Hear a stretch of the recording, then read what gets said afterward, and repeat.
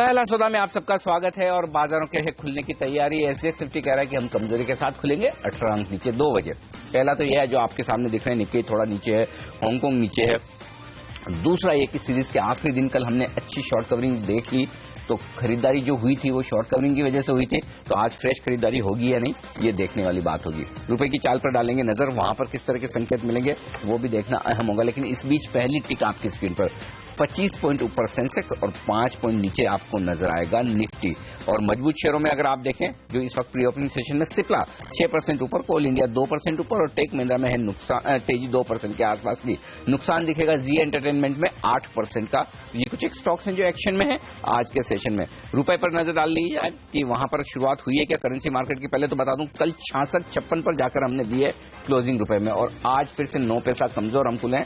66-65 का ये है लेवल इस वक्त करेंसी बाजार में। तो करेंसी बाजार में अभी भी गिरावट थमती नजर नहीं आ रही है। 9 पैसे की कमजोरी के साथ आज फिर से हमने शुरुआत की है करेंसी मार्केट की, तो गिरावट का रुझान वहां पर बरकरार है। आगे बढ़ते हैं, एक्सपर्ट्स को शामिल करते हैं, लेते हैं राय उनसे सारे शेयरों पर। सबसे पहले पोलारीज, ये बताएं राकेश, चार्ट्स पर कितनी कमजोरी आ सकती है, क्योंकि सेबी ने 2 करोड़ रुपए जब्त किए हैं इनके पूर्व प्रमोटर्स और पूर्व सीएफओ से। जो इन्होंने इनसाइडर ट्रेडिंग का मामला था उसमें जो कुछ भी पैसा कमाया सेबी ने कहा हम वापस लेंगे। इस खबर के बाद जाहिर सी बात है कि एक सेंटिमेंटल इंपैक्ट तो आएगा, असर तो पड़ेगा शेयर पे। गिरेगा कितना? देखिए Anil ji, as of now अगर आप देखें इस खबर से पहले स्टॉक का जो ट्रेंड है क्लियरली अप है, रुझान हायर टॉप्स हायर बॉटम्स का है। नीचे में 198 199 एक अच्छा सपोर्ट है। अगर 198 के लेवल्स नीचे में टूटते हैं तब स्टॉक में नेक्स्ट सपोर्ट 192 पर आता है और उसके बाद एक बहुत बड़ा सपोर्ट 185 पर आता है। अनिल जी टेक्निकली देखें तो चार्ट्स काफी स्ट्रांग हैं, कदम कदम पर सपोर्ट है। Immediate support 198 followed by next support 192 followed by very big support 185 पर। तो टेक्निकली ऐसा लगता नहीं है कि बहुत बड़ी गिरावट देखने को मिलेगी। का कहना सही है कि सपोर्ट बार बार नीचे इसलिए क्योंकि वो बायबैक वाला जो ऑफर था उस चक्कर में स्टॉक ज्यादा गिरेगा नहीं। तो अगर गिरे तो किस लेवल पर खरीदना चाहिए ये बताइए फिर। अनिल जी काफी बड़ा सपोर्ट 184 185 के अराउंड आता है। अगर इन स्तरों के आसपास स्टॉक सपोर्ट लेता है तो एक अच्छा बाई बनता है। चलिए 184 के आसपास खरीदारी की जा सकती है। अब देखिए वो स्टॉक 5% नीचे है, देखेंगे कंटिन्यूस सेशन में इसकी और कितनी पिटाई होती है। कुछ और काउंटर जिनमें हमने देखा है पिछले सत्र में काफी ज्यादा एक्शन बनता हुआ दिखाई दिया है, और ये कुछ वायदे बाजार के स्टॉक है जिस पर मैं आपकी राय सुमित लेना चाहूंगी। टाटा मोटर्स में हमने देखा कल काफी ज्यादा तेजी बनती हुई दिखाई दी। क्या संकेत मिल रहे हैं इस सीरीज में?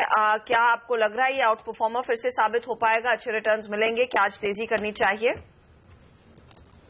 जी बिल्कुल हर्षदा, बहुत अच्छे रिटर्न्स मिलेंगे टाटा मोटर्स के अंदर। ऑटो सेक्टर के किसी भी स्टॉक के अंदर, जैसे कि हम पहले से कहते हुए आ रहे हैं, हमारा टॉप मोस्ट पसंदीदा सेक्टर है auto sector at present levels पे, प्रेजेंट सीनेरियो के हिसाब से टाटा मोटर्स को बिल्कुल सिलेक्ट कीजिए। कल इसने एक बहुत अच्छा ब्रेकआउट दिया है और पिछले कई दिनों के एक हफ्ते की जो रेंज बाउंड मूवमेंट थी, जो ऊपर में 415 और नीचे में 390 के बीच जो चल रहा था, उसका ब्रेकआउट देखने को मिला है और अच्छे से क्लोजिंग भी दे चुका है। इमीडिएटली ये प्रेजेंट लेवल से कम 20 से 25 रुपए की तेजी दिखाएगा। हो सकता है 4-5 दिन में ही दिखा दे।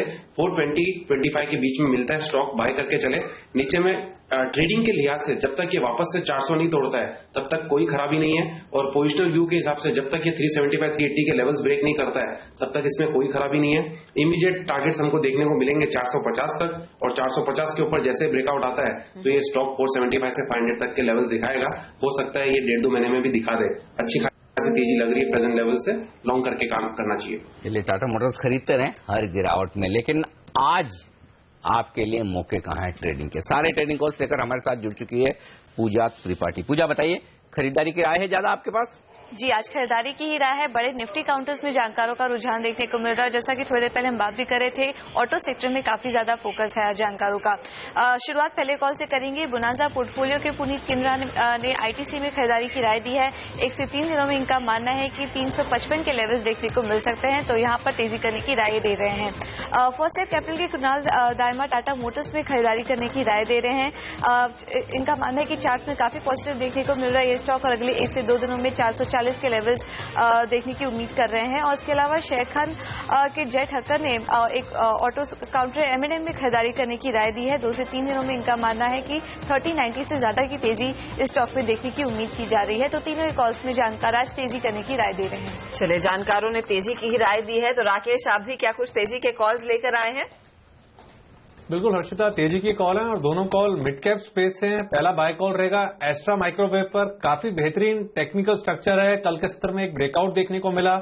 140.30 के स्टॉप लॉस के साथ एस्ट्रा माइक्रो को खरीदना चाहिए 160 के टारगेट के लिए। और दूसरा बाय कॉल रहेगा टीटागर वैगन पर, काफी बेहतरीन टेक्निकल चार्ट स्ट्रक्चर है।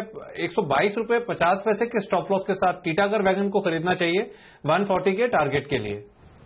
ओके, तो इन दोनों में खरीदारी की राय ही है। यहाँ पर एक्सपर्ट्स बुलिश हैं, खरीदना चाहते हैं इस वक्त हर एक स्टॉक को।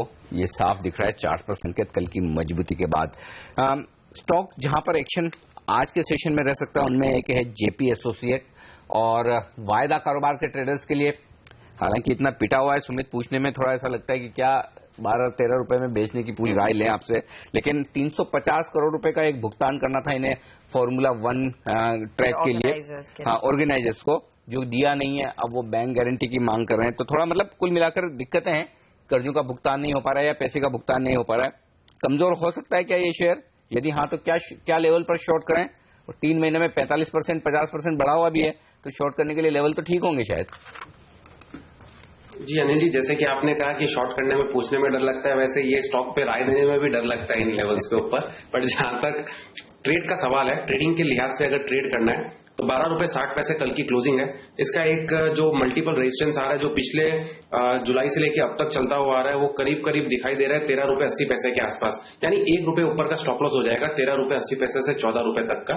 जब तक ये स्टॉक ये लेवल ब्रेक नहीं करता है, तब तक इसमें एक बार सेलिंग में ही रहना चाहिए। और नीचे में इमीडिएटली अगर इसने 11 रुपए 50 पैसे तोड़ा तो फिर ये दोबारा से 9 रुपए 8 रुपए वाली रेंज में आ जाएगा। यानी 12 रुपए 60 पैसे पे या 70 पैसे पे अगर किसी को ट्रेड करना है, 1 रुपए ऊपर का स्टॉप लॉस होगा। और नीचे में अब मान के चले कि अगर 11 रुपए ब्रेक करे तो 9 रुपए से 8 रुपए तक के टारगेट देखने को मिल सकते हैं। सेलिंग की ही सलाह रहेगी, तेजी की सलाह नहीं रहेगी जेपीएसओ से। बिकवाली की सलाह, और वहां पर कोई दो राय नहीं है कि और गिरावट आएगी इस स्टॉक में, बेचना चाहिए। लेकिन अनिल, कितना अनफॉर्चुनेट है, बढ़िया प्रोजेक्ट्स पर कंपनी ने काम किया। जो इनका यमुना एक्सप्रेस वे था, वर्ल्ड क्लास एक प्रोजेक्ट, पहली कंपनी जिसने एक बढ़िया F1 ट्रैक भारत में बनाई, और हालत देखिए, डेट की लेवल्स बहुत ही ज्यादा खराब। शायद जिस तरह की कमाई की उम्मीद कर रहे थे ये लोग, या फिर इंफ्रास्ट्रक्चर कमाई की उम्मीद थी, या फिर इन्होंने अपना कर्ज मैनेज नहीं किया, क्या वो दिक्कत थी ज्यादा? क्योंकि इस तरह की फैसिलिटी बनाने में कर्ज आपको बड़ा लेना पड़ता है। दूसरी बात यह कि कर्ज जब आपकी बैलेंस शीट की ताकत से ज्यादा हो जाए तो फिर उसको सर्विस करने में या उनका भुगतान करने में जो दिक्कतें आती है, ये लंबे प्रोजेक्ट्स हैं, इतना जल्दी पैसा बनता नहीं है, तो फिर दिक्कत ये होती है कि आपको एसेट्स बेचनी पड़ती है या फिर कर्जों को कम करने के कुछ न कुछ जुगाड़ लगाने पड़ते हैं। एक और इसी तरह का ग्रुप था, हालांकि अब नहीं रहा, और वह है यूनाइटेड ब्रूअरीज, यूनाइटेड स्पिरिट्स वाला ग्रुप। यूनाइटेड ब्रूअरीज में एक बड़ा एक्शन कल दिखा है, उस पर राय लेना चाहता हूं आपसे मयूरेश। कल हेनिकेन ने यहां पर हिस्सेदारी खरीदी है, वो लगातार इस काउंटर पर खरीदारी कर रहे हैं। कल भी यस बैंक ने बेचा है, उन्होंने सामने खरीदारी किया है, अब वो प्रमोटर भी हैं। जाहिर सी बात है कि स्टॉक के लिए आउटलुक पूरी तरह से बदल रहा है। 975 हो गया है भाव इसका, कल 951 में ये बड़ा सौदा होता हुआ दिखा है। खरीदेंगे आप यूबीएल? और एक अगर मैं राय आपसे ये पूछूं कि यूबीएल या फिर यूनाइटेड स्पिरिट्स, दोनों में से बेहतर कौन सा है? तो क्लियरली आई थिंक चॉइस करना बहुत डिफिकल्ट है अनिल जी दोनों में से। हालांकि आई थिंक यूबीएल की अगर हम बात करें तो I think it's a clear indication, जो promoters I think stake hike कर रहे हैं, I think the indication is that जो इनके वैल्यू एडेड प्रोडक्ट्स है जो इंटरनेशनली अक्लेम्ड है मार्केट में, आई थिंक वो इंट्रोड्यूस करेंगे and that creates a greater amount of market share. However I think जो स्टॉक की हमने मूवमेंट देखी है in UBL, I think that has been quite stupendous. तो मुझे लगता है I think you need to give some amount of time. तो ट्रेडर के हिसाब से आई थिंक ये स्टॉक में आई थिंक उलझन रह सकता है, but from a long term perspective I think I still wait for declines. और यूएसएल हम कवर नहीं करते तो उस पर मैं टिप्पणी नहीं दूंगा। टेक्निकली मुझे अगर आप बता सके राकेश, यूनाइटेड स्पिरिट्स क्या स्थिति दिख रही है चार्ट पर? टेक्निकली अगर हम हर्षिता बात करें यूनाइटेड स्पिरिट की, तो स्टॉक में कल एक गिरावट जरूर देखी है, बट निश्चित स्तरों पर 3050 3060 स्टॉक का एक बड़ा स्ट्रांग सपोर्ट है, और थोड़ी सी और गिरावट बढ़ती है तो स्टॉक को बाय करना चाहिए। टेक्निकली मुझे लगता नहीं है कि 3050 3055 के लेवल्स स्टॉक तोड़ेगा। और दूसरी तरफ अगर यूनाइटेड ब्रूअरीज की बात करें, इस स्टॉक में भी नीचे में एक संकेत है, बेस बिल्डिंग के संकेत हैं, 900 के अराउंड स्टॉक का एक अच्छा बेस है। ये स्टॉक भी क्लियरली बाय ऑन डिक्लाइन वाला स्टॉक है। बाय ऑन डिक्लाइन, गिरावट पर खरीदारी करें, यह फिलहाल राय आती हुई टेक्निकली इन काउंटर्स पर। एडीएजी काउंटर्स में कल हमने देखा काफी ज्यादा तेजी बनती हुई दिखाई दी थी। एडीएजी यानी कि Anil Dhirubhai Ambani group of company, और यहां पर रिलायंस इंफ्रा हो, आर पावर, आरकॉम, सब में तेजी रही।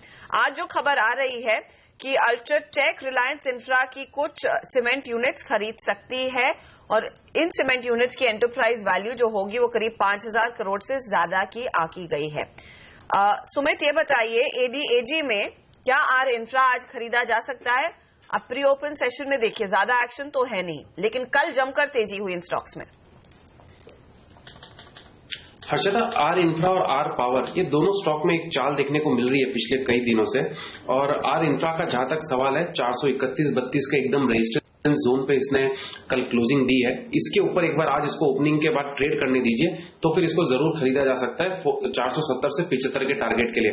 मार्केट जैसे ही ओपन होता है और अगर 431-32 के ऊपर ट्रेड करता है तो 415 के स्टॉप लॉस से इसमें लॉन्ग इनिशिएट किया जा सकता है। इमीडिएट टारगेट 455 और ऊपर में फिर उसके बाद ऊपर में 480 तक, 455 और 480 ये दो टारगेट्स के लिए आर इंफ्रा को खरीदा जा सकता है। और पावर में कल मुझे एक चाल देखने को मिली है जिसके अंदर अदानी पावर ने भी मूव दिया है और इसने आर पावर ने भी मूव दिया है। आर पावर का भी एक यहाँ पे एक रेजिस्टेंस बन रहा है 52.50 के आसपास। अगर 52.50 का लेवल ब्रेक कर देता है आर पावर तो एक आर पावर के अंदर भी एक अच्छा मोमेंट देखने को मिलेगा जिसके अंदर स्टॉक 59-60 तक के लेवल दिखा सकता है। तो ये लेवल थोड़े से वॉच करने चाहिए, जैसे ही ब्रेक करते हैं खरीदारी करके काम करना चाहिए। अच्छा, एक और स्टॉक सीमेंस, ये भी देख लीजिए फटाफट आप। सुमित की वायदा कारोबार में कैसी पोजीशन बनी? आज नतीजे आने वाले हैं, नतीजों के पहले कोई तेजी मंदी की पोजीशन बनती हुई दिखी और क्या कोई सौदा बनता है इस वक्त आज? देखिए, पिछले 2-3 दिनों से इसके अंदर एक थोड़ा सा एक करेक्शन देखने को मिला है। सीमेंस के अंदर 1200 का एक मेजर सपोर्ट है। अगर ये ब्रेक नहीं करे तो हमको बाय करके काम करना चाहिए। मुझे ऐसा लगता है कि एक बार सीमेंस के अंदर हम यहाँ पे बाय करके चांस ले सकते हैं। नीचे में सिर्फ एक स्टॉप लॉस का जो ध्यान रखना पड़ेगा वो है, टू बी वेरी प्रिसाइज, 1190 के स्टॉप लॉस से लॉन्ग कर सकते हैं और ऊपर में इमीडिएटली टारगेट 1250। चले 1250 का टारगेट ये है सीमेंस इंडिया का। लेकिन अनिल, मुझे याद नहीं लास्ट टाइम हमने किस कैपिटल गुड कंपनी के नंबर्स अच्छे आते देखे थे। देखेंगे कि सीमेंस का परफॉर्मेंस कैसा रहता है। कुछ और शहरों में जो रुपये में हम देख रहे हैं फिर से दबाव बनता हुआ दिखाई दे रहा है। टेक्नोलॉजी कंपनियों के लिए क्या आपको लग रहा है माहौल बदलेगा, कुछ सुधरेगा? क्योंकि अगर डॉलर मजबूत हो रहा है, अमेरिका में बिजनेस बढ़ सकता है, उनकी रेवेन्यू बढ़ सकती है। मयूरेश, उस लिहाज से क्या कोई बाय कॉल है आईटी में?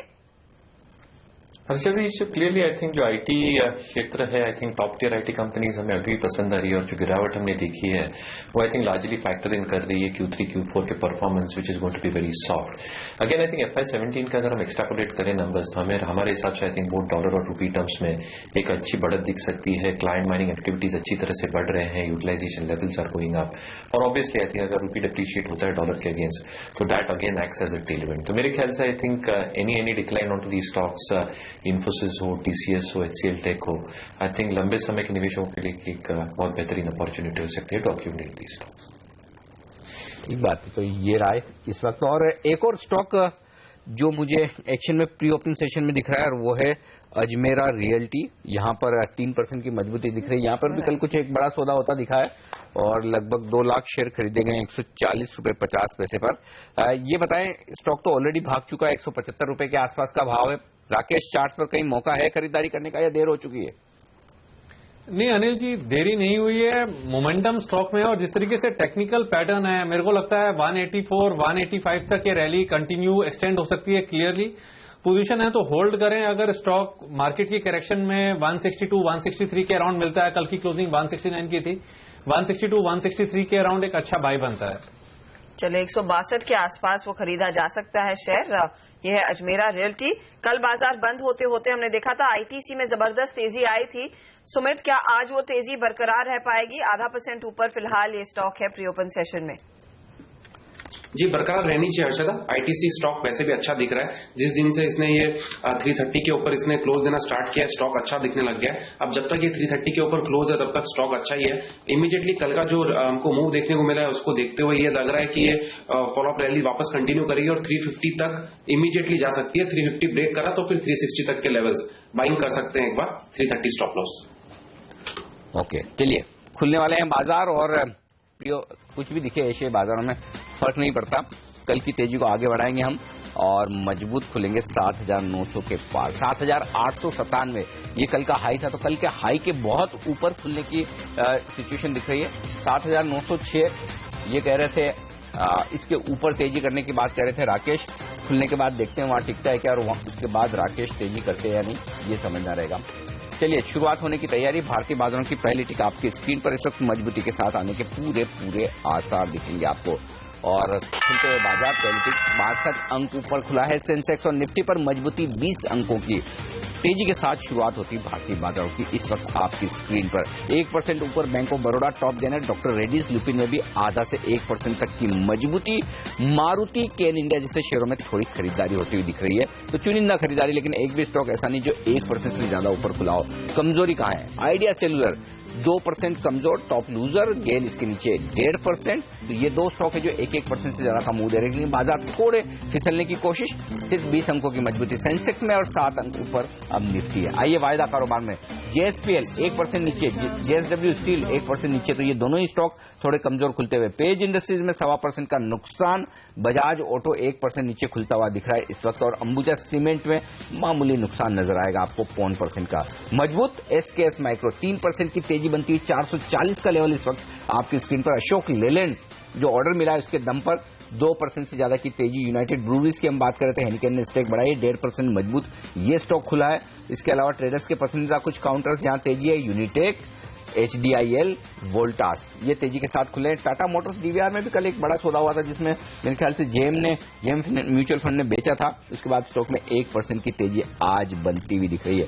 ये है इस वक्त आपके लिए शुरुआत बाजारों की। 40 अंक ऊपर सेंसेक्स, 12 अंक ऊपर निफ्टी। मिड कैप इंडेक्स 1/4 से आधा % तक की तेजी दिखाता, और छोटे शेयरों पर डालिए नजर। स्मॉल कैप इंडेक्स भी 1/4% मजबूत। 650 शेयर मजबूत खुले हैं और कमजोर सिर्फ 200। पॉजिटिव शुरुआत पहले दिन इस नई सीरीज की दिसंबर के। हर्षदा, कहां एक्शन है आपकी नजर? काफी एक्शन देखने को मिला है, और जहां पर खबरें हैं उसका पूरा फायदा स्टॉक्स को मिलता हुआ सबसे पहले आपके नजर में होना चाहिए वेल्सपन कॉर्प का शेयर 7% ऊपर खुला है। ये काउंटर इनको 1400 करोड़ का ऑर्डर मिला है अमेरिका में, और स्टॉक देखिए अच्छी खासी रफ्तार दिखाता हुआ है। एसकेएस माइक्रो इनके लिए जो लेंडिंग लिमिट है वो 15,000 से 30,000 कर दी गई है, खासतौर से जो शॉर्ट टर्म लोन देते हैं लोगों को 24 महीनों के लिए, और कंपनी ने अपने दरें भी 1% घटाई हैं, तो 4% ऊपर ये स्टॉक। फिर कल पूरे दिन या फिर दोपहर बाद हमने देखा था मनप्पुरम जनरल फाइनेंस में काफी ज्यादा तेजी हुई थी। आज फिर वो स्टॉक मजबूत खुला है, करीब 3% का इजाफा मेरी स्क्रीन पर दिख रहा है। ज्योति स्ट्रक्चर में कुछ फंड एक्शन देखने को मिला पिछले सत्र में, आज ये स्टॉक फिर से 6% की तेजी दिखाता हुआ यहां पर काफी इंटरेस्ट आया है। ग्लोबल स्पिरिट्स कल ये थोड़ा सा पिटा था स्टॉक, शुरुआती कारोबार में अच्छी तेजी थी, लेकिन जब बिहार में वो शराब बंदी की खबर आई स्टॉक ऊपरी लेवल से फिसला जरूर। अब 2-2.5% की तेजी में फिलहाल कर रहा है कारोबार। अशोका बिल्डकॉन जैसे स्टॉक से जहां पर थोड़ा सा एक्शन तेजी का बनता हुआ दिखाई दिया है। अजमेरा रियल्टी की बात हम ब्रेक से या बाजार खुलने से पहले कर रहे थे, वो स्टॉक भी आपके लिए हाजिर करेंगे। शुरुआत इसकी मजबूत, करीब 1% ऊपर खुला है ये शेयर। जैसे हम आपको बता रहे थे, अल्ट्राटेक रिलायंस इंफ्रा की कुछ सीमेंट यूनिट्स खरीद सकता है, और उस स्टॉक में आज हमने देखा है मजबूत शुरुआत हुई है। लगभग 1% की तेजी इस काउंटर में आज साफ तौर से दिखाई दे रही है। HSIL जैसा काउंटर है जिसमें 2% तक की बढ़त देखने को मिल रही है। जेट एयरवेज कल भागा था, आज फिर करीब 2-2.5% तक की तेजी के साथ शुरुआत होती हुई। बिल्ट जैसे काउंटर में हमने देखा है करीब तेजी की पोजीशन आज फिर देखने को मिली है, 1.5% ऊपर है ये स्टॉक आज खुलते ही। तो ऐसे कुछ काउंटर्स हैं जहां पर हमने देखा है काफी ज्यादा एक्शन। केशोराम जब से वो खबर आई है कि जेड कैटेगरी से बाहर निकलेगा, इस स्टॉक में हमने देखा है खरीदारी का रुझान बढ़ता हुआ। ये स्टॉक 106 पर कर रहा है कारोबार, अब 5% की तेजी इसमें देखने को मिली है। छोटी कंपनियों में आप देखिए शिल्पी केबल जैसे काउंटर्स हैं जहां पर तेजी बनती हुई दिखाई दी है। टीडी पावर में हम देख रहे हैं आज वॉल्यूम एक्शन ज्यादा नहीं है, लेकिन 2-2.5% तक का इजाफा बनता हुआ दिखाई दिया है। तो ऐसे कुछ स्टॉक्स हैं जहां पर हमने देखा है खरीदारी अच्छी खासी बनती हुई दिखाई दे रही है, और मिड कैप इंडेक्स इसी वजह से करीब 60 अंकों का इजाफा दिखा रहा है आज। बिल्कुल, तो ये रुझान और 7,900 के ऊपर टिकने की कोशिश होती दिख रही निफ्टी, और ये अच्छा संकेत है कि निफ्टी ऊपर के लेवल पर टिकने की कोशिश करता हुआ दिख रहा है, क्योंकि आज का हाई और लो बता दूं आपको। निफ्टी 7,910 उसके बेहद करीब, लो है 7,889 या यूं कहें कि 7,890, 20 पॉइंट की रेंज और उस रेंज के ऊपरी एंड पर 72 अंक ऊपर हो चुका है। अब सेंसेक्स निफ्टी पर मजबूती 1/4% की। बैंक निफ्टी 60 अंक यानी कि आधा % ऊपर। और अब देखिए सबसे ज्यादा इंटरेस्ट बैंक निफ्टी में आता हुआ दिख रहा है और यहां से जो मजबूती आती दिख रही है वो शायद ज्यादा काम करती हुई दिखे, ज्यादा कारगर साबित हो। दिसंबर की सीरीज जैसा हम कह रहे हैं कि छोटे शेयरों के नाम रहेगी, कुछ छोटे शेयर आपकी स्क्रीन पर लाना जरूरी है और इन पर आप नजर रखिए। मिंडा कॉर्पोरेशन एक ऑटो एंसिलरी कंपनी और यहां पर एक बड़ा एक्शन वॉल्यूम के लिहाज से होता हुआ दिख रहा है। ये स्टॉक आपके सामने हाजिर करेंगे। 11,22,000 शेयरों का एक कारोबार मिंडा इंडस्ट्रीज में, मिंडा कॉर्पोरेशन में होता हुआ दिखा है।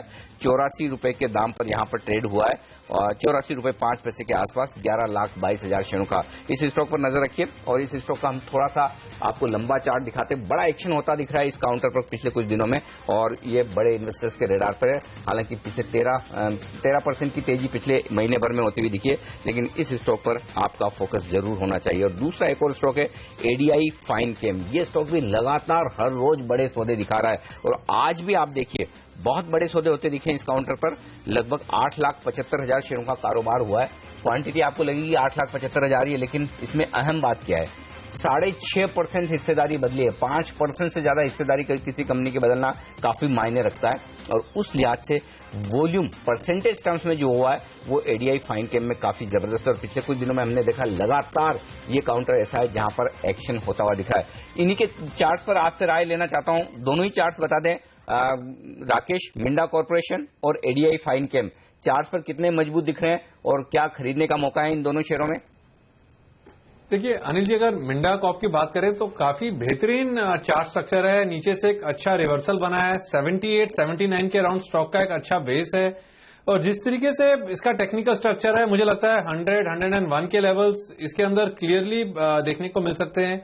दूसरी तरफ एडीआई फिनकैम की बात करें तो एनएसई पर अगर हम देखें तो ज्यादा पुरानी लिस्टिंग नहीं है, एनएसई पे दोबारा से लिस्ट हुआ है शायद, बट चार्ट स्ट्रक्चर अच्छा है। एक बार ये स्टॉक अगर 233-234 का बैरियर तोड़ता है तब एक बड़े चार्ट पे बड़ा ब्रेकआउट होगा, तब एक अच्छी रैली टूवर्ड्स 270 देखने को मिल सकती है।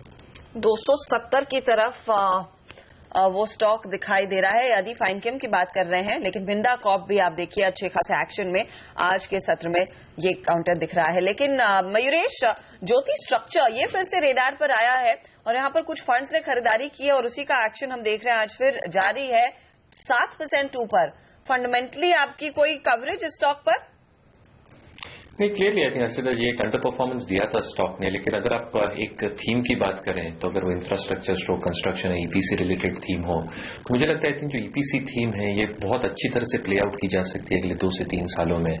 ऑर्डर बुक इंक्रीज होने के अच्छे खासे चांसेस हैं, वर्किंग कैपिटल कंस्ट्रेंट्स अच्छी कुछ हद तक कम हो जाएंगे and with increase in order flow मेरे हिसाब से I think operate leveraging benefit should also kick in. तो ईपीसी प्लेस है आई थिंक, हालांकि ज्योति स्ट्रक्चर हमारे कवरेज में नहीं है। KNR construction is something that I am really liking. Debt equity बिल्कुल नहीं है, 0.1 टाइम्स पे है। Execution is very very strong. Working capital constraints बिल्कुल बैलेंस शीट पे नहीं है। 22% की अर्निंग्स ग्रोथ तक एक्सपेक्ट कर रहे हैं और जो प्रीमियम में स्टॉक एंजॉय करता है मेरे हिसाब से I think the stock will still continue to do that. लेकिन generally I think the EPC theme should play out very well मेरे हिसाब से अगले 2 से 3 साल। अगले 2 से 3 सालों के लिए ये एक अच्छी थीम हो सकती है। लेकिन सुमित, क्या निफ्टी पर संकेत मिल रहे हैं ब्रेकआउट के या फिर थोड़ा इंतजार करें नई खरीदारी करने से पहले? एग्जैक्ट इस वक्त एकदम वही लेवल पर है 7,900। एक बार वेट करेंगे अनिल जी, 1-2 घंटा जाने दीजिए मार्केट को, थोड़ा सा सस्टेन होने दीजिए। ये देखिए निफ्टी एक बार चलिए, आप बोल रहे हैं घंटे 2 घंटे इंतजार करें, बैंक निफ्टी तो चलने लगा अभी से 100 पॉइंट ऊपर हो गया अभी। जी बिल्कुल, बैंक निफ्टी ज्यादा अच्छा दिख रहा है। बैंक निफ्टी से कंपैरेटिवली मुझे ऐसा लगता है ज्यादा बढ़िया मूव देगा और आज जो मेजर स्टॉक मूव करेंगे वो बैंक निफ्टी से रिलेटेड स्टॉक मूव करेंगे। बैंक निफ्टी के अंदर लॉन्ग इनिशिएट बिल्कुल कर सकते हैं। 16,950 का स्टॉप लॉस, 17,100 का लेवल चल रहा है, टारगेट 17,250 से 300 तक के प्योरली इंट्राडे कॉल और ब्रेकआउट लेवल 17,300। उसके बाद इसमें फ्रेश तेजी स्टार्ट हो जाएगी। चले 17,300 के ऊपर फ्रेश तेजी के लिए तैयार रहिएगा, लेकिन बैंक निफ्टी में समय हम देख रहे हैं काफी ज्यादा एक्शन बनता हुआ दिखाई दिया है। कुछ काउंटर्स मिड कैप साइड पर ही जिसमें वायदे बाजार में एक्शन देखा जा रहा है। फेडरल बैंक 2% ऊपर, अदानी पावर 1.5% ऊपर, और जैसे हम आपको सुबह से बता रहे हैं एसकेएस माइक्रो अशोक लेलैंड में भी अच्छी तेजी बनेगी। दोनों ही काउंटर 3.5 और 2.5% ऊपर है आज। फेडरल बैंक पर आपकी क्या राय रहेगी? क्या इस समय तेजी की पोजीशन लेना ठीक रहेगा? इसमें बताइए सुमित। जी बिल्कुल, तेजी की पोजीशन लेना ठीक रहेगा। कल स्टॉक ने अच्छा मूव दे दिया है। एक 5 दिन का 7 दिन का कंसोलिडेशन इसने ब्रेक किया है। 58 के लेवल्स के आसपास अभी ट्रेड कर रहा है। फेडरल बैंक के अंदर लॉन्ग किया जा सकता है। इमीडिएटली लॉन्ग करेंगे, स्टॉप लॉस रहेगा 56 का, और ऊपर में टारगेट्स हमको देखने को मिल सकता है 63 से 65 के। हो सकता है 3 से 5 दिन का टाइम लगे इस टारगेट्स पाने में, बट फेडरल बैंक को प्रेजेंट लेवल्स पे लॉन्ग किया जा सकता है। और इनफैक्ट फेडरल बैंक ही नहीं, बैंकिंग से रिलेटेड बहुत से स्टॉक्स है जिनके अंदर आज लॉन्ग पोजीशन इनिशिएट की जा सकती है। एक्सिस बैंक भी उनमें से एक स्टॉक है। उसको अगर किसी को लॉन्ग इनिशिएट करना हो तो प्रेजेंट लेवल्स पे लॉन्ग इनिशिएट किया जा सकता है। 10 से 15 रुपए की चाल हमको 1-2 दिन में देखने को मिल सकती है। अदानी पावर कौन खरीदने की कह रहा था? सुमित आप कह रहे थे या राकेश बाजार खुलने के पहले? मैं ही कह रहा था सर, जब आर पावर की बात हो रही थी अपनी।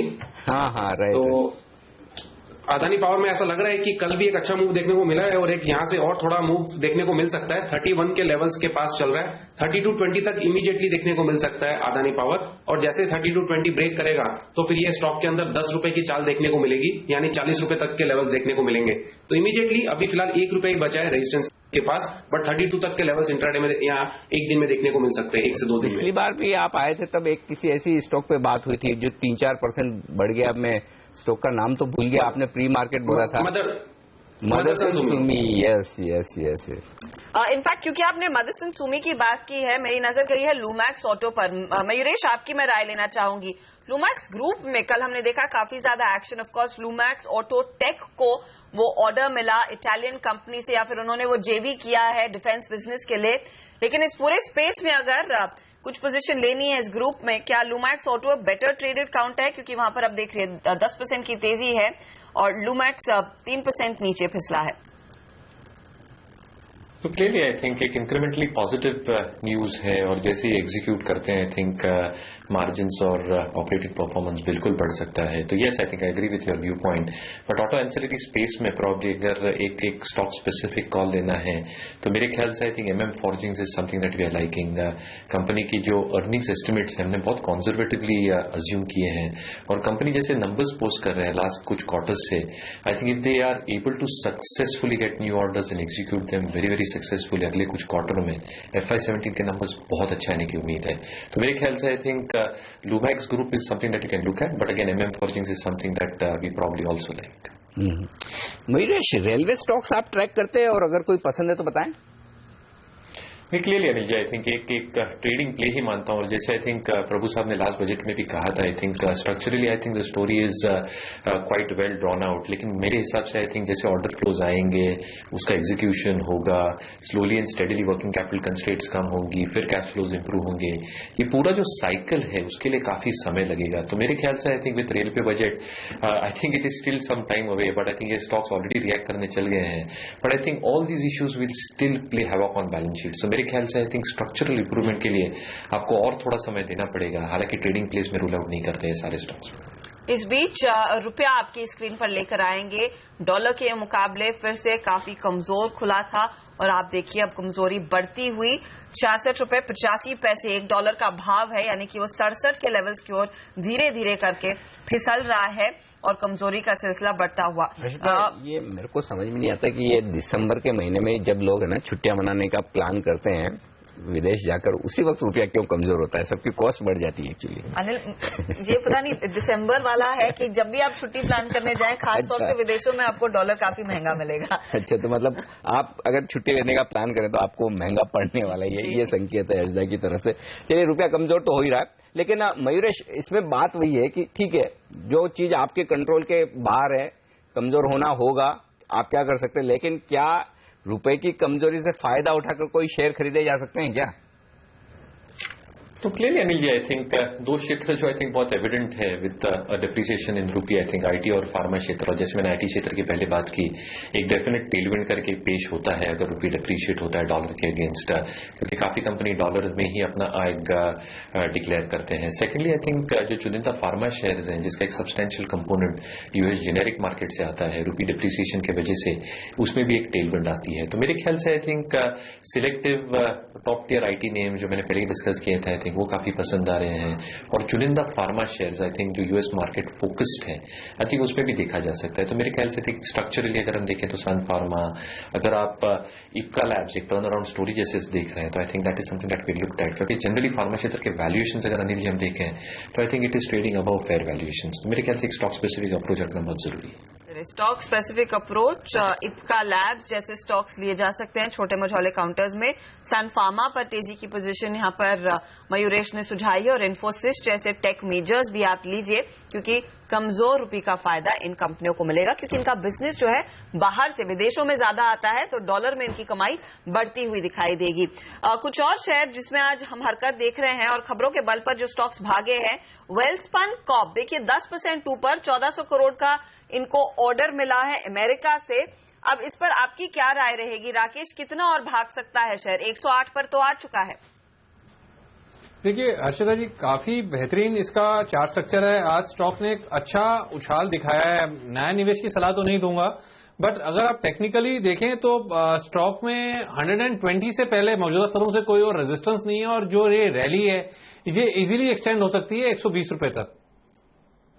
ओके, तो ये इस वक्त का रुझान, लेकिन हमारे एक्सपर्ट से विदा लेने का वक्त है। आप तीनों का बहुत बहुत शुक्रिया, मयूरेश, सुमित, राकेश, हमारे लिए वक्त निकालने के लिए और साथ ही राय देने के लिए सारे शेयरों पर। इस वक्त 7,900 के आसपास निफ्टी टिकने की कोशिश करता हुआ दिख रहा है, 5-10 पॉइंट ऊपर, 5-10 पॉइंट नीचे, इसी रेंज में मिड कैप स्मॉल कैप शेयरों की तेजी बरकरार। लेकिन बैंक निफ्टी आज का स्टार परफॉर्मर है, सेंचुरी मारता हुआ 100 पॉइंट ऊपर। सेंचुरी से याद है आज तो मैच का रिजल्ट लगता है आज ही आ जाना चाहिए, आज आ जाना चाहिए, उस पर भी नजर रहेगी। अब तो मुझे लगता है लोगों को है ना वो 5वें दिन के टेस्ट मैच की टिकट्स लेनी नहीं चाहिए, एक दिन की लेनी चाहिए। 2-2.5 दिन में मैच खत्म होने लगे जिस तरह से। उम्मीद करें आज फिर से इंडिया की जीत होती दिखे इस टेस्ट मैच में, नागपुर में जो है वो भी इंटरेस्टिंग होगा। लेकिन इस बीच बाजार कम से कम अच्छी कारोबार करते हुए दिख रहे हैं। बाजार में अच्छा कारोबार है, लेकिन रुपये में काफी ज्यादा वीकनेस है। उसका फायदा किन कंपनियों को मिलेगा, ये हमारे सहयोगी डिम्पी कालरा ने कुछ रिसर्च की है, वो निकाले हैं ऐसे शेयर। डिम्पी बताइए, रुपये की कमजोरी किन कंपनियों के लिए फायदे का सौदा रहेगी? पहले तो एक बार ये समझ लिया कि आखिरकार रुपया क्यों टूट रहा है। रुपया टूटने की सबसे बड़ी वजह है कि लगातार यहाँ पे जो डॉलर इंडेक्स मजबूत हुआ है उससे काफी हद तक फर्क पड़ रहा है। इसके अलावा रुपया यहाँ पे इसलिए भी कमजोर होता हुआ दिख रहा है क्योंकि जो एक्सपोर्ट के आंकड़े हैं वो उतने बेहतर नहीं आते हुए दिख रहे हैं। तो कुछ कारण हमने यहाँ पे निकाले हैं, लेकिन सबसे इंपॉर्टेंट बात यहाँ पे ये होगी कि आखिरकार किन कंपनीज को उसका बेनिफिट मिलने वाला है और कैसे इन कंपनीज को फायदा मिलेगा। असल में जब रुपया कभी भी कमजोर होगा तो एक्सपोर्ट से ज्यादा आपकी आय होने लगेगी, क्योंकि आप जो डॉलर लेके आ रहे हैं उसकी वर्थ ज्यादा है, उसकी कीमत ज्यादा है, और विदेशों में आपके प्रोडक्ट की एक मांग बढ़ने लग जाएगी क्योंकि आपकी उसकी वैल्यूएशन बेहतर हो जाती है। इसके अलावा विदेशों में आपको जो कॉम्पिटिशन मिलता है दूसरे देशों में, क्योंकि आपकी करेंसी वीक है तो आपके प्रोडक्ट ज्यादा वहां पे बिक पाते हैं। तो ये 3 बड़े बेनिफिट इनको करेंसी के वीक होने से मिलते हैं। अब जिन सेक्टर को फायदा होने वाला है उसमें भारत की काफी हद तक महारत भी है। करीब हमने 10 ऐसे सेक्टर निकाले जहां पे फायदा मिलेगा। वो है आईटी सेक्टर पहला, क्योंकि इनका काफी अच्छा एक्सपोर्ट है तो आईटी कंपनीज को बेनिफिट आएगा। इसके अलावा कई टेक्सटाइल कंपनीज को, भारत की बहुत अच्छी रैंकिंग है टेक्सटाइल को लेकर, खासकर अमेरिका और यूरोपियन देशों में, तो वहां से जो डॉलर का इन्फ्लो होगा वो काफी बेहतर होगा। लेदर में लेदर का कंपनीज को लेकर बेनिफिट हो सकता है क्योंकि इस सेगमेंट में भारत का रसूख काफी ज्यादा है विश्व भर के बाजार के अंदर, इससे मुझे ज्यादा इनको कंपटीशन भी नहीं मिलता है। इसके अलावा फार्मा और केमिकल 1-2 ऐसे सेक्टर हैं जो कि भारत के लिए बहुत बड़े सेक्टर हैं, जो कि डॉलर को इन्फ्लो लेके आते हैं भारत के अंदर, और इनका अपना कारोबार भी काफी बेहतर हो जाता है अगर इनका रुपया कमजोर होगा और इनको जो डॉलर है जो इनको मिलता है, क्योंकि इनको जो कमाई है डॉलर में आएगी तो इनको फायदा हो जाता है। इसके अलावा ऑयल रिफाइनरी कंपनीज को यहाँ पे बहुत बेनिफिट यहाँ पे आपको आता हुआ दिखेगा। चीनी, चावल, चाय, इनको बेनिफिट मिलेगा, सबको एक्सपोर्ट है। ज्वेलरी कंपनीज का एक्सपोर्ट है अच्छा है तो इनको फायदा मिलेगा। मेटल कंपनीज को फायदा मिल सकता है कि डंपिंग रुक जाएगी भारत में। ट्रैवल एंड टूरिज्म और मेडिकल कंपनीज में, हॉस्पिटल कंपनीज को फायदा मिलेगा क्योंकि हेल्थ टूरिज्म यहाँ पे बढ़ जाएगा। चले, तो ढेर सारे ऐसे सेक्टर्स हैं जिनको फायदा मिलेगा और आपकी स्क्रीन पर वही दिख रहे हैं। Technology, textile, leather, pharma, chemicals, hospital stocks, इन सब में हम देखेंगे अच्छी बढ़त देखने को मिल सकती है। इनकी कमाई बढ़ेगी रुपए की इस कमजोर चाल के बाद। शुक्रिया डिम्पी इस एनालिसिस के लिए। हम लेंगे एक छोटा सा ब्रेक, लेकिन ब्रेक के बाद हमारे साथ जुड़ेंगे एक और जानकार। हम बात करेंगे एम्बिट इन्वेस्टमेंट एडवाइजर्स के एंड्रू हॉलैंड से। आप बने रहिए CNBC आवाज पर।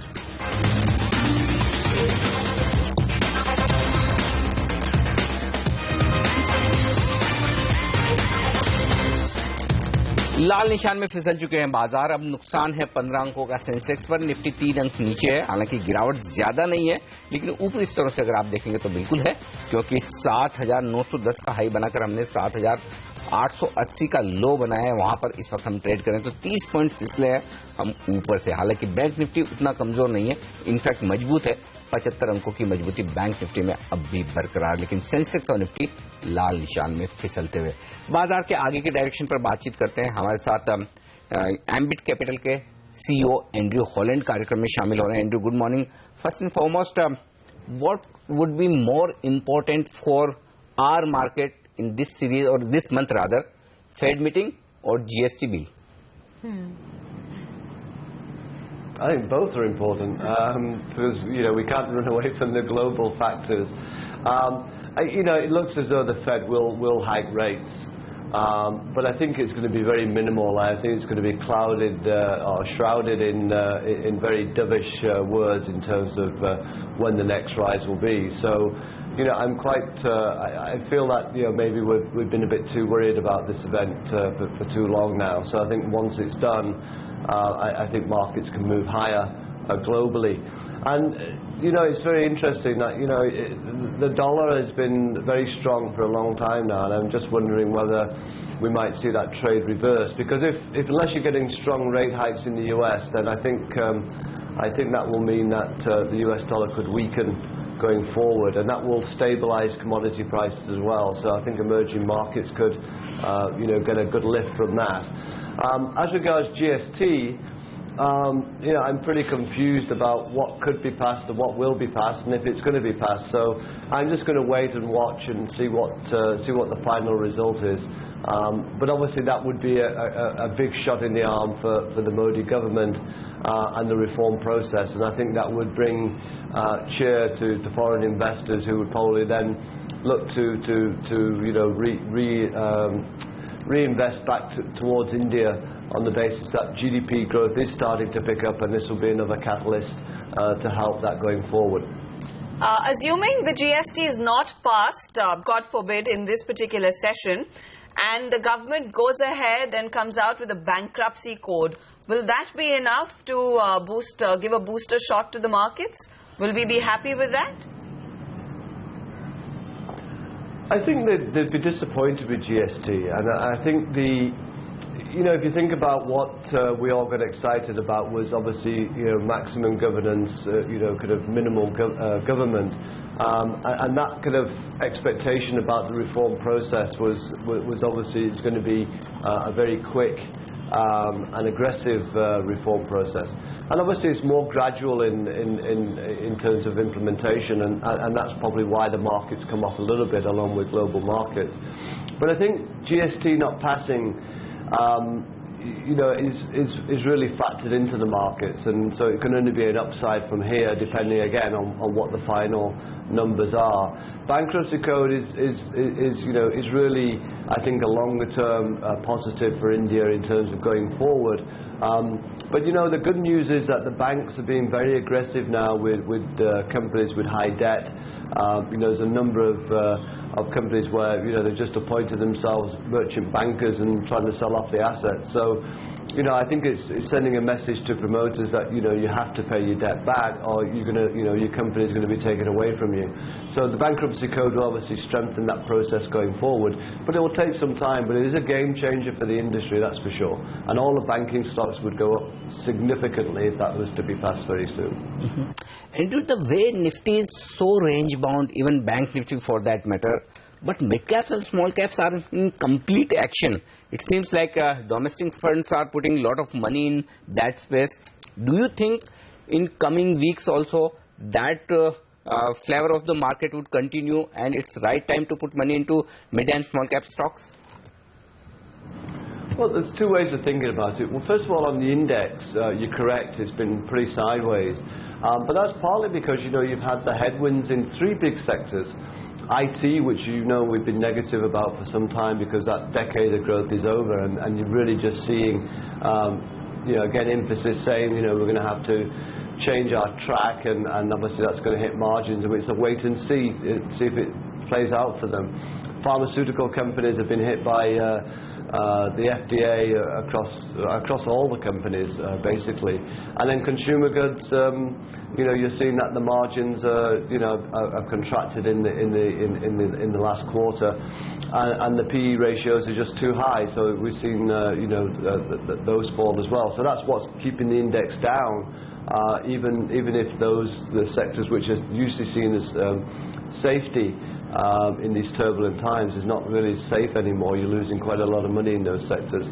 But India is all about a domestic growth story, and as you know, one of our themes is who supplies India. So that's really going to fall into the small and mid cap range of companies who mainly domestic focused, and obviously are going to benefit from the capital expenditure by both the government and corporates going forward. So that's the area that we're kind of focusing our minds to as well.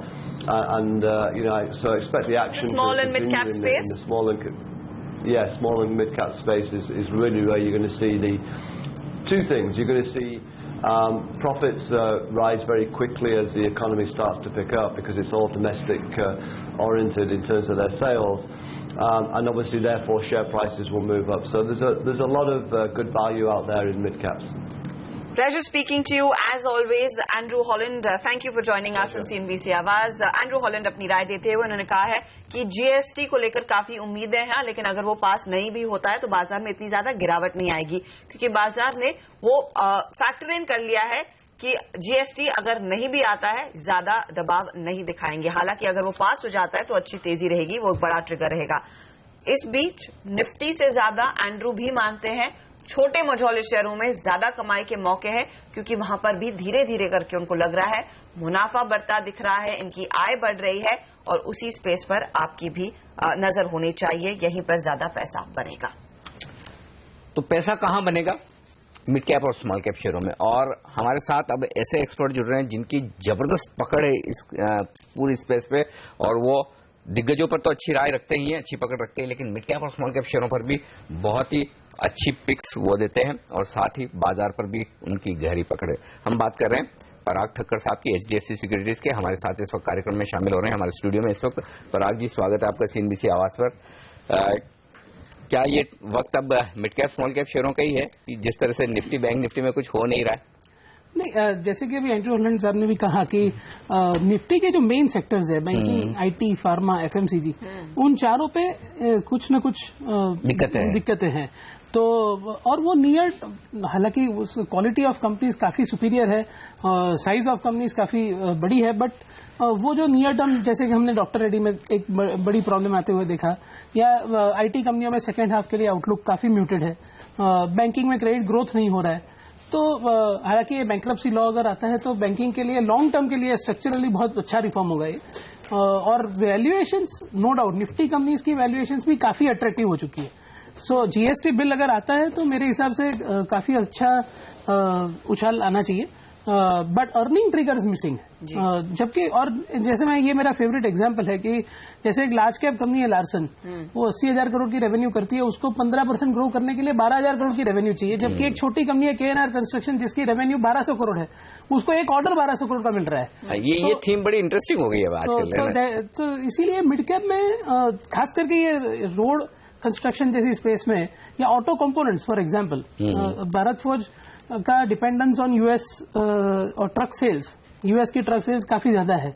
Motherson Sumi globally company है, but mid caps में काफी companies है जो हम देख रहे हैं कि ड्यू टू जस्ट बिकॉज की ग्लोबल CV मार्केट और डोमेस्टिक CV मार्केट और डोमेस्टिक कार मार्केट अच्छा कर रहा है, तो उनकी सेल्स अच्छी बढ़ रही है.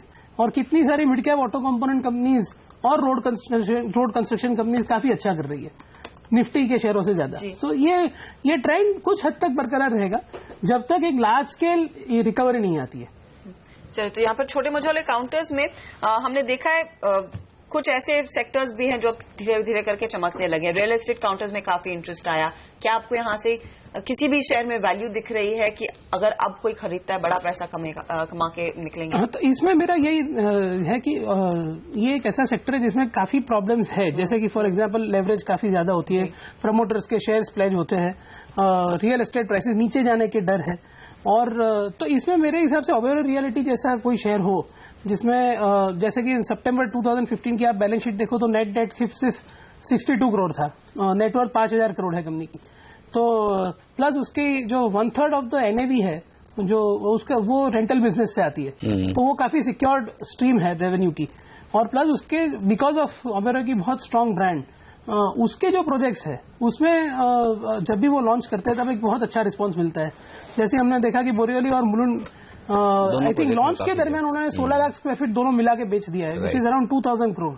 तो मेरे हिसाब से ये कंपनी ध्यान में रखनी चाहिए। हालांकि सेक्टर अगले 1 साल के लिए सेक्टर में तकलीफें रहेगी, तो इसीलिए ये शेयर में अगर घटता है, अगर डिप आती है तो यूज करना चाहिए अगले 2 साल के व्यू के हिसाब से।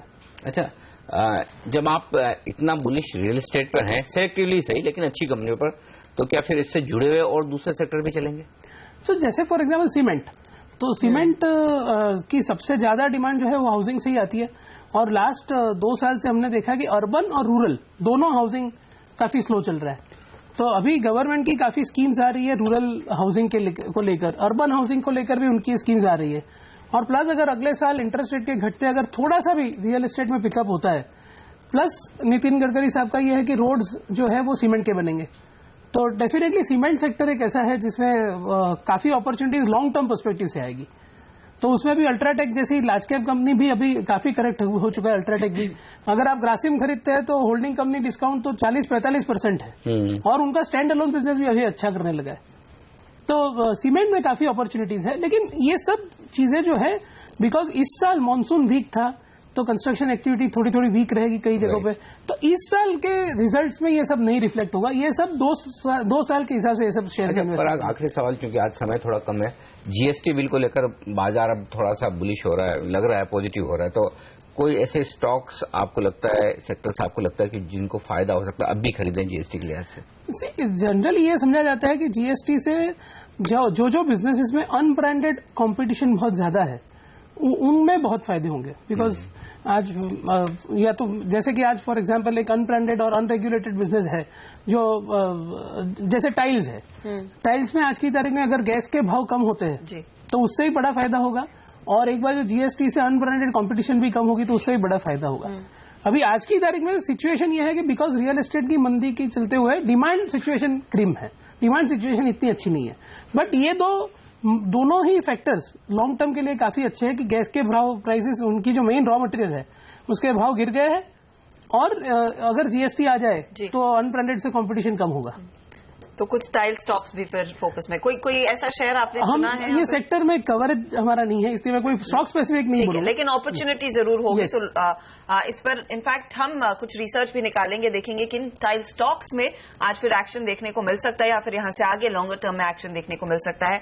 शुक्रिया पराग हमारे लिए समय निकालकर अपनी राय देने के लिए। लेकिन जो कुछ चुनिंदा स्टॉक्स पर पराग की बुलिश राय है, मजबूत रिटर्न्स मिलेंगे, ओबेरॉय रियल्टी, अल्ट्राटेक जैसे स्टॉक्स, और पहले भी उन्होंने एग्जांपल दिया था केएनआर कंस्ट्रक्शन का।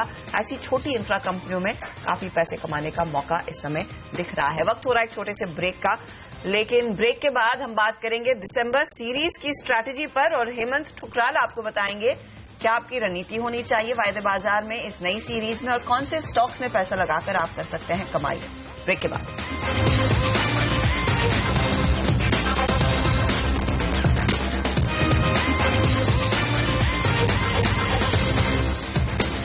दिन के उच्चतम स्तर पर लौटते बाजार, 80 अंकों की मजबूती। सेंसेक्स में निफ्टी 27 अंकों पर, और मिड कैप शेयरों का जो जबरदस्त एक्शन है बरकरार है। कुछ बेहतरीन शेयर जो आज एक्शन में दिख रहे हैं उन पर नजर डालना जरूरी। सबसे पहले नजर डालिए ग्लेनमार्क फार्मा पर। ग्लेनमार्क फार्मा में एक बड़ा ट्रेड होता दिख रहा है, 0.1% हिस्सेदारी कंपनी की बदली है और 3 लाख शेयरों का ये कारोबार हुआ है। ग्लेनमार्क फार्मा में 956 रुपए 35 पैसे पर यह ट्रेड होता हुआ दिखा है। तो बड़ा एक्शन वॉल्यूम के लिहाज से ग्लेनमार्क फार्मा के काउंटर पर, पहला काउंटर ये आपके नजर में होना चाहिए, क्योंकि मिड कैप स्मॉल कैप शेयरों में एक्शन बेहतरीन है, वो सारे आपके सामने लाना जरूरी है। अब आइए दूसरा काउंटर, मुथूट फाइनेंस। यहां पर आप देखिए 2 बड़े सौदे हुए मुथूट फाइनेंस के काउंटर पर और दोनों मिलाकर 1/4% हिस्सेदारी कंपनी की बदली है। 180 रुपए पर ट्रेड हुआ है और 10 लाख शेयरों का टोटल मिलाकर ये 2 सौदों के साथ कारोबार हुआ है। 4 लाख शेयरों का एक और 6 लाख शेयरों का दूसरा। ये दूसरा बड़ा सौदा है जिस पर आपकी नजर होनी चाहिए। और तीसरा बड़ा सौदा हुआ है अभी अभी जे कुमार इंफ्रा पर, और यहां पर भी बीएसई में एक बड़ा सौदा हुआ है 0.3%, 1/4% से ज्यादा की हिस्सेदारी बदली है जे कुमार इंफ्रा की, और यहां पर 746 रुपए पर सौदा होता दिखा है 80,000 शेयरों का। इक्विटी छोटी है कंपनी की, इसलिए 80,000 शेयरों में आपको 1/4% की हिस्सेदारी बदलती हुई दिख रही। तो ये 3 काउंटर जबरदस्त है। और सुबह हमने आपको जो 2 काउंटर बताए जहां बड़े सौदे हुए, मिंडा कॉर्पोरेशन और एडीआई फाइनकेम, दोनों स्टॉक दमदार प्रदर्शन आज कर रहे हैं। मिंडा अब 8% चढ़ चुका है और एडीआई फाइनकेम में भी लगभग 5-6% की मजबूती। चलिए फोकस दिसंबर की सीरीज पर, और देश के दिग्गज डेरिवेटिव एक्सपर्ट्स हमारे साथ जुड़ रहे हैं। अब आदित्य बिरला मनी के national derivative head Hemant Thukral. Hemant, स्वागत है आपका सीएनबीसी आवाज पर। पहला सवाल तो यही लेना चाहता हूं निफ्टी पर, दिसंबर की सीरीज क्या लगता है आपको कि पहला लेवल 8,000 और उसके बाद 8,300, 8,350 तक जाने की ताकत दिख रही है? देखिए, गुड मॉर्निंग अनिल जी। मेरे ख्याल पहला जो इम्पोर्टेंट चीज ये है कि 79 के ऊपर सस्टेन कर रहा है, तो स्टेप पॉजिटिव ही टूवर्ड्स रखना है हमें। यानी यहां से बाजार पहले 8,050 तक जाने के चांसेस ज्यादा लग रहे हैं, और 7850 का stop loss, tight stop loss लगाकर चलें, क्योंकि थोड़ा सा जो डाइवर्जेंट व्यूज हैं वो ये आ रहे हैं कि रुपी डॉलर जो है वो थोड़ा सा वीक हो रहा है, इसलिए मैं थोड़ा टाइट स्टॉप लॉस लगाने की सलाह दूंगा। और 8,000 के ऊपर जिस तरह से पिवट लेवल है, क्योंकि पुट राइटर्स पहले से खड़े हुए हैं, 43 लाख शेयर का ओपन इंटरेस्ट है, और पिछले 4 दिनों में 16 लाख कॉल भी जुड़ा है, तो 8,000 का लेवल बहुत ही अहम है मार्केट के लिए। अगर हम 8,050 के ऊपर सस्टेन करते हैं तो ही कोई हम 82 या 8250 लेवल की बात कर पाएंगे, लेकिन फिलहाल पॉजिटिव रखिए रुझान, 7850 का स्टॉप लॉस और 8,050 का एक टारगेट, जो अभी यहां से मुझे 100 से 125 पॉइंट की तेजी और लग रही है, तो मेरे ख्याल उसका अभी के लिए तो पॉजिटिव साइड से ही ट्रेड करना चाहिए। और इस बीच जीएसटी को लेकर एक बहुत बड़ी खबर आती हुई दिख रही है। एक बहुत बड़ी मीटिंग होने की बात कही जा रही है, पार मीटिंग जिसे कहा जा रहा है। जीएसटी में जो इस वक्त फंसा हुआ है मामला, उसको दूर करने के लिए खुद प्रधानमंत्री नरेंद्र मोदी मिलेंगे सोनिया गांधी और मनमोहन सिंह से। इसका मतलब ये निकाला जाए कि जीएसटी को लेकर सरकार बहुत सीरियसली बातचीत करने के लिए तैयार है और प्रधानमंत्री खुद विपक्ष के नेताओं से मिलने के लिए तैयार है। प्रधानमंत्री सोनिया गांधी से मिलेंगे, मनमोहन सिंह से मिलेंगे, और इस लिहाज से ये बहुत बड़ा स्टेप होगा कि प्रधानमंत्री और वित्त मंत्री दोनों मुलाकात कर जीएसटी बिल को पास करवाने की दिशा में आगे कदम बढ़ाएं। तो सरकार का रुख लचीला हो रहा है, सरकार अब एडजस्ट करके आगे बढ़ने की कोशिश करती हुई दिख रही है, और ये बहुत बड़ी बात है इस वक्त बाजार के लिए। और यहां पर आप इसी वजह से देख सकते हैं कि बाजार में एक बड़ा उछाल यहां पर आता हुआ दिख रहा है। तो प्रधानमंत्री अपने 3 मंत्रियों के साथ, वित्त मंत्री के साथ, यहां पर कांग्रेस के बड़े नेताओं के साथ मीटिंग करने जा रहे हैं, और ये मीटिंग जीएसटी बिल को पास करवाने को लेकर होगी। तो इस बार सरकार का रुख पूरा बदलता हुआ दिख रहा है। संसद के इस शीतकालीन सत्र में सरकार एक्शन लेने की कोशिश कर रही है, पॉजिटिव साइड पर है इसका। जी हाँ, ये बहुत बड़ी डेवलपमेंट रहेगी, क्योंकि कांग्रेस अपनी 3 मांगों को लेकर अड़ी हुई है, और देखना होगा कि क्या वो पीछे हटते हैं या फिर सरकार मानती है उन 3 मांगों को, क्योंकि दूसरे दलों ने जीएसटी के समर्थन पर हामी दे दी है, और यही अड़ंगा है तो कांग्रेस की ओर से ही। और ये बहुत बड़ी बात होगी अब, क्योंकि एक और इससे पहले कि हम इसको डिटेल में डिस्कस करें, क्योंकि कमोडिटी मार्केट्स ओपन हो चुके हैं, सीधे आशीष के पास चलते हैं। आशीष हमारे साथ हैं। और या हर्षदा, आप ही कमोडिटी मार्केट की ओपनिंग ले लीजिए एक बार। जी हाँ, यहाँ पर हमने देखा है कच्चे तेल में हमने देखा है कुछ बढ़त के साथ शुरुआत होती हुई, करीब 4 रुपए का इजाफा एमसीएक्स पर। याद रखिए अंतर्राष्ट्रीय बाजारों में हमने देखा था थोड़ा सा एक्शन तेजी की ओर बढ़ता हुआ दिखाई जरूर दिया था। हालांकि चांदी और सोना यहाँ पर लगातार बिकवाली का दबाव बना हुआ अंतर्राष्ट्रीय बाजारों में। एक बार फिर सोने में हमने देखी मुनाफा वसूली और चांदी आप देखिए कमजोर खुली है, करीब 200 रुपए की गिरावट देखने को मिल रही है। नेचुरल गैस भी अंतर्राष्ट्रीय बाजारों में दबाव के घेरे में है, तो यहाँ पर भी हल्की सी बिकवाली के साथ शुरुआत होती हुई। कॉपर में बहुत मामूली सा इजाफा देखने को मिल रहा है, लेकिन पिछले कई दिनों से लगातार बेस मेटल्स बिकवाली के घेरे में है। आज एमसीएक्स पर आप निकल देखें, एल्यूमिनियम देखें, इनके भाव फिर से कमजोर खुले हैं। यहाँ पर बिकवाली का प्रेशर साफ तौर से बन रहा है। बहुत ही मामूली सी गिरावट है, देखना होगा यहाँ से आगे के क्या चाल इन कमोडिटीज की और भी बदलती है, आगे और गिरती है। इस बीच सोयाबीन, सोया तेल, इनमें हम देख रहे हैं करीब आधे % की मजबूती के साथ शुरुआत होती हुई। चना एनसीडीएक्स पर करीब ½ % ऊपर खुला है, 23 रुपए की बढ़त देखने को मिल रही है। मसालों में आज जीरा कमजोर है, 95 रुपए की गिरावट के साथ यहाँ पर शुरुआत हुई है। वहीं आप देखिए धनिया का भाव जो है बहुत ही हल्का सा बढ़ता हुआ, 8 रुपए की तेजी। गेहूं में अच्छी तेजी कल के सत्र में बनी थी, करीब 1% तक का इजाफा देखने को मिला था, क्योंकि 9 राज्यों में जो सूखा हुआ है उससे गेहूं की बुआई पर असर पड़ा है। 36% कम बुआई हुई है और कल ये कमोडिटी काफी चुस्त थी, 1% की तेजी थी उसमें। आज हल्की बढ़त के साथ कारोबार होता हुआ। मस्टर्ड सीड यानी कि सरसों के भाव आपकी स्क्रीन पर 19 रुपए की बढ़त के साथ मामूली बढ़त देखने को मिल रही है। ½ % से कम की बढ़त पर आज ये कमोडिटी खुली है। इनमें क्या रणनीति होनी चाहिए, इस पर हम सुगंधा सचदेव से बात करेंगे और समझेंगे कि आज के टॉप ट्रेड्स क्या रहेंगे। लेकिन ये फिलहाल कमोडिटी मार्केट्स की ओपनिंग। सुगंधा बताइए, सोने के साथ शुरुआत करती हूं मैं, क्योंकि वहां पर हम देख रहे हैं चांदी में लगभग 200 रुपए की गिरावट देखने को मिल रही है और इंटरनेशनल मार्केट में धीरे धीरे करके प्रेशर बना हुआ है। क्या राय है आज ट्रेडर्स के लिए? Good morning Harshita. अगर हम गोल्ड और सिल्वर की प्राइसेस की बात करें, prices have been hurt of late. No doubt हमने जियोपॉलिटिकल टेंशंस की वजह से कुछ सपोर्ट आते हुए देखा है प्राइसेस में। अगर हम डोमेस्टिक मार्केट की बात करते हैं तो 25,050 का लेवल गोल्ड के प्राइसेस को शॉर्ट टर्म में सपोर्ट प्रोवाइड कर रहा है, पर मुझे लगता है अभी भी ओवरऑल बायस नेगेटिव है, बिकॉज फेड हाइक को लेके मार्केट में काफी कंसर्न्स बने हुए हैं और डॉलर इंडेक्स भी देखिए तो हम 8 मंथ हाई पे ट्रेड कर रहा है। ऑल बिकॉज ऑफ दैट मुझे लगता है अभी भी मार्केट में ओवरऑल सेंटिमेंट्स नेगेटिव रहेंगे। और एज पर एक लेटेस्ट रिपोर्ट इंडिया की 3rd क्वार्टर की physical demand can be the lowest in last 8 years। Normally अगर हम लास्ट एवरेज देखें तो almost around 230 tonne, but then it's expected to come down to a level of around 150 to 175 tonne. Indian gold demand से prices को काफी support मिलता है, because India is one of the largest consumer of gold. मुझे लगता है इसकी वजह से भी प्राइसेस पे प्रेशर बना रहेगा। अगर आज हम इंट्राडे सेशन की बात करते हैं तो रुपी फैक्टर की वजह से प्राइसेस को कुछ हद तक सपोर्ट मिल रहा है डोमेस्टिक मार्केट में, बट अगर हम इंटरनेशनल प्राइसेस की बात करें तो 1080 के लेवल पर एक स्टिफ रेजिस्टेंस है। इंट्राडे में हमारी एडवाइस रहेगी 25,320 के लेवल्स पर सेलिंग कर सकते हैं। हमारा स्टॉप लॉस रहेगा 25,420 और डाउन साइड में हम टारगेट कर सकते हैं 25,150 ऑड लेवल। चलिए, बिकवाली की सलाह आती हुई शुक्रिया सुगंधा इस जानकारी के लिए। 25,100 के भाव देखने को मिल सकते हैं। आप सोने में 150 या 25,150 का भाव बिकवाली करके चले।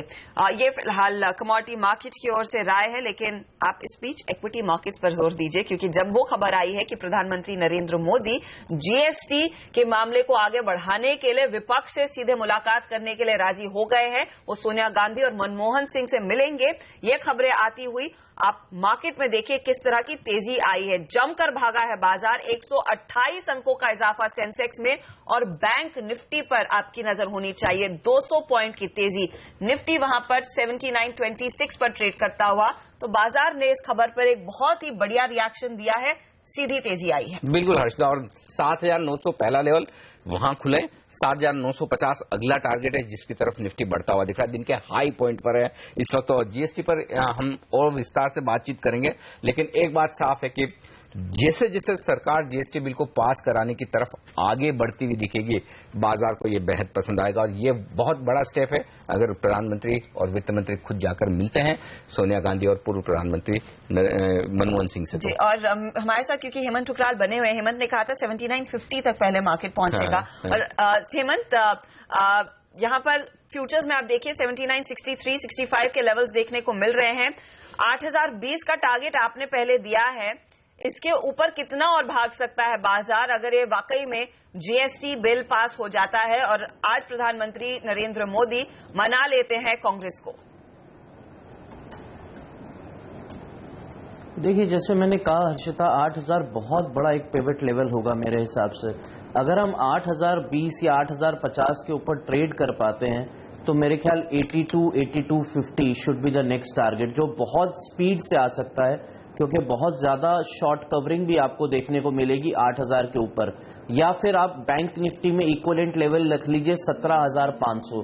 तो ये दोनों लेवल ऐसे हैं जिसके ऊपर काफी शॉर्ट कवरिंग देखने को मिल सकती है।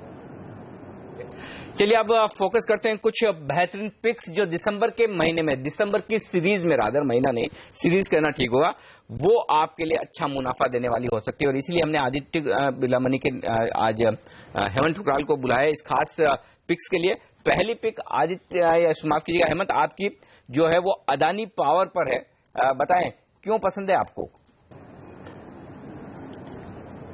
देखिए, एक तो पहले एक चीज बहुत अहम है देखने के लिए अनिल जी की काफी मिड कैप्स में रोल ओवर्स बहुत एग्रेसिव हुए हैं, जो एक चीज बताता है कि लोग इंडिविजुअल मिड कैप स्टॉक्स पे ज्यादा फोकस कर रहे हैं रादर देन इंडेक्स पे। अदानी पावर में 90% पोजीशंस रोल हुई हैं। इंपॉर्टेंट चीज क्या है कि कॉस्ट टू फ्यूचर, जिसको हम कहते हैं कि किसी ने फाइनेंशियल कॉस्ट ज्यादा दिया है रोल ओवर करने के लिए, तो पॉजिटिव मूड बहुत क्लियरली नजर आ रहा है और स्टॉक बहुत क्लैरिटी से 30 के ऊपर सस्टेन कर पा रहा है। तो अगर आप 29 रुपीज का एक स्टॉप लॉस लगाते हैं तो इमीडिएट शॉर्ट टर्म में 32 से लेके 33, जो दोनों ₹1 के अंदर काफी रेजिस्टेंस हैं, तो 32 से लेके 32.50 तक का आपको टारगेट देखने को मिल सकता है। तो अदानी पावर इसलिए मुझे काफी अच्छा लग रहा है नेक्स्ट 3 to 4 ट्रेडिंग सेशंस के लिए। 90 का हाई मारा है इसने फ्यूचर्स में।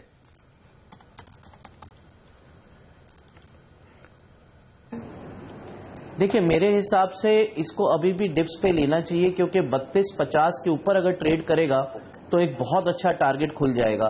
बट थोड़ा अगर ऑलरेडी 32 के आसपास ट्रेड हो चुका है तो थोड़ा डिप्स पे लेने की कोशिश कीजिए। और इस बीच हेमंत, आपकी 2 और बेहतरीन पिक्स हैं, वो लेंगे हम आपसे, लेकिन जीएसटी वाले मामले पर फोकस करते हुए हमारे साथ KR चौकसी सिक्योरिटीज के देवेन चौकसी इस वक्त कार्यक्रम में शामिल हो रहे हैं, फोन लाइन पर है हमारे साथ इस वक्त। देवेन भाई, क्या बहुत बड़ी बात समझी जाए इसे कि प्रधानमंत्री और वित्त मंत्री खुद जाकर मनमोहन सिंह और सोनिया गांधी से मिलने वाले हैं ये जीएसटी का डेडलॉक खत्म करने के लिए? अनिल जी, मैं ऐसा समझता हूँ कि आई थिंक ये जरूरी बनता है कि आई थिंक जब 32 में 30 पार्टी ऑलरेडी एग्री हो चुकी है और खाली 2 पार्टी जो भी बाकी है, तो आई थिंक उनका भी एक साथ में कंसेंसस लेना बहुत जरूरी बनता है।